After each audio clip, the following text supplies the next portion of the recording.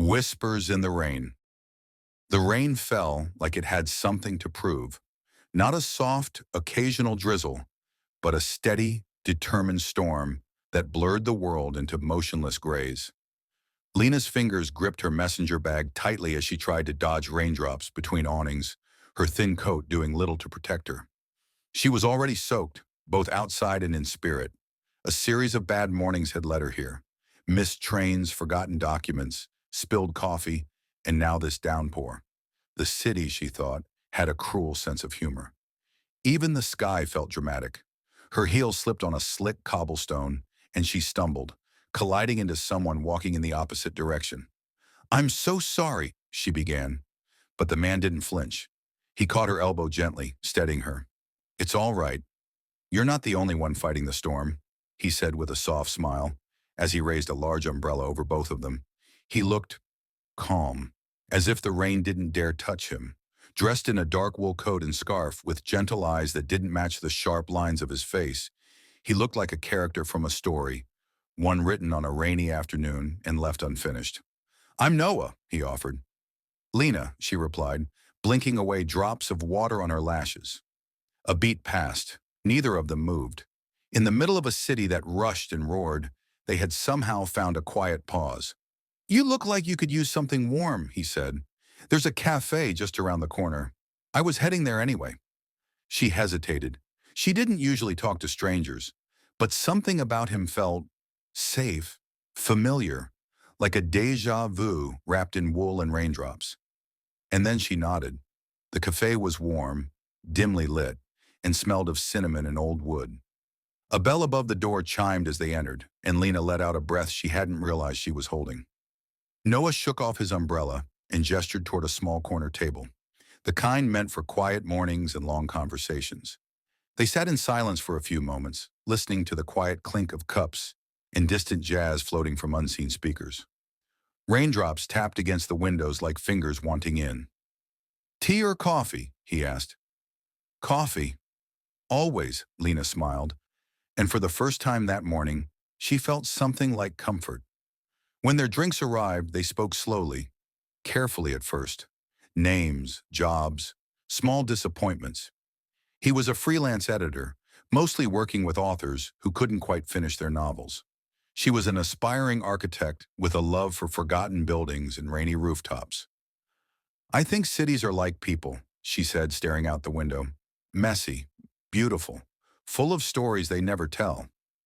He looked at her for a long moment. "You sound like someone who listens." She wasn't sure if it was a compliment or a quiet truth. Either way, she liked it. Lena leaned back and took a slow sip of her coffee. "Do you believe in fate?" she asked. Noah chuckled. "I believe in timing and how fragile it is. Sometimes it feels like we miss people by seconds. Or meet them by accident," she added. He nodded. "Maybe accidents are just destiny that refuses to knock politely." Outside, the rain continued, but inside something had shifted. Not just the temperature or the atmosphere, but a thread, invisible and undeniable, pulling them gently toward each other. As they finished their drinks, neither made a move to leave. "I'm not usually this spontaneous," Lena admitted. Noah smiled again. "That makes two of us." He reached for his coat. "But I don't think I'll regret it." And neither did she. The rain had softened into a fine mist by the time they stepped back onto the street. The umbrella stayed above them, though now it was more symbolic than functional. Still, neither of them seemed willing to let go of its cover. They didn't say where they were going, but their feet moved in sync. Left, right, pause. They walked through narrow streets, past shuttered bookshops and cracked pavement, sharing thoughts like breadcrumbs. "I used to come here as a kid," Lena said, pointing to a park barely visible through an old iron gate. "My dad would bring me after school. We'd sit on that broken bench and feed pigeons. I'd always save part of my sandwich for them." "You don't live nearby anymore?" Noah asked. She shook her head. "I moved across town for work, but lately, I feel like I don't belong anywhere." He nodded, his expression softening. "I think we all outgrow places, even the ones we love, but sometimes we come back just to remember who we used to be." The wind tugged at her coat as they crossed a small bridge. Below, the river swelled with rainwater, swirling like paint on a canvas. "Why do you edit books?" she asked. "Because unfinished stories deserve to be told," he said simply. "Even the messy ones. Maybe especially those." Lena smiled. "I like that." A dog barked in the distance. Somewhere, a bell tower chimed. The world moved, but they didn't rush to keep up. They reached an old stone archway, covered in ivy and etched with fading initials. A place neither had noticed before. Time seemed to slow there. Like it too, was curious. She glanced at him. He was already looking at her, and for a moment the noise of the world disappeared. There was only the soft weight of his gaze, and her heart fluttering like pages in the wind. "I don't want this to end yet," she whispered. "It doesn't have to," he replied. They found themselves back near the cafe, walking slower now, their steps softer. The city was still damp, but the mood between them had shifted from curiosity to something deeper, something unspoken, something searching. Noah stopped in front of a mural, a faded, intricate painting of two hands barely touching. Time and graffiti had worn it down, but the emotion remained. "This reminds me of something," he murmured. "A memory I can't place." Lena traced the outline with her eyes. "Or someone." He looked at her. "Maybe." She smiled, but there was a shadow in it. "I used to believe people came into our lives for a reason.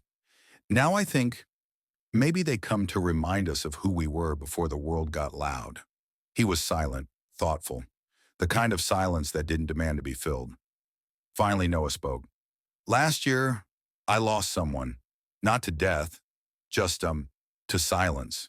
We stopped talking. And the worst part is, I never knew when goodbye actually happened." Lena didn't ask who. She just nodded. "I kept writing messages I never sent," he continued. "Whole paragraphs, apologies, memories. Then I'd delete them before pressing send." "I've done that too," she said quietly. "Only mine were never meant for one person. More like, for the version of me I left behind." Noah looked down at the sidewalk, then back up. "You make it sound like we're all still searching for ourselves. Maybe we are." They walked again, slowly, past bookstores with locked doors, past cafes closing their blinds, past versions of themselves they no longer remembered. "I think you're braver than you know," she said, "showing up today, talking to me." He chuckled, but his eyes were glassy. "I think you pulled me out of the rain long before I offered the umbrella." And for the first time in a long while, Lena felt understood. They stood still as the sun peeked through the clouds. For the first time in days, the air smelled like something new, like a beginning. The afternoon faded gently into early evening. Streetlights blinked awake one by one, as if greeting the night with quiet nods. The clouds had scattered, leaving behind a trail of gold on the rooftops. They walked in silence again, but this time it was warm, connected, familiar, as though they'd been doing this for years. At the corner where they first met, Lena stopped. "This is where I almost ruined my shoes," she said, smiling. "And where I almost didn't say hello," he added. His voice was soft, nostalgic already. She looked at him for a long moment. "So, what now?" Noah looked up at the sky, then at her. "Now we see what happens when two people don't run from the rain?" She laughed, full, bright, and surprised at herself. The kind of laugh that didn't come from amusement, but relief. He reached into his coat pocket and pulled out a folded napkin. On it, a small sketch. Two umbrellas, tangled together, their handles forming a quiet heart. "I don't know what this is yet," he said, offering it to her, "but I'd like to find out." She took the drawing with trembling fingers. It felt like a promise, a beginning. "Me too." They didn't kiss.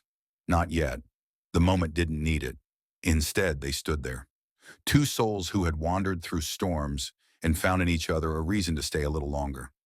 And somewhere above, the clouds finally gave way to stars. Sometimes the people we're meant to meet don't arrive in sunshine. Sometimes they come in the rain. Quiet, unexpected, and entirely unforgettable.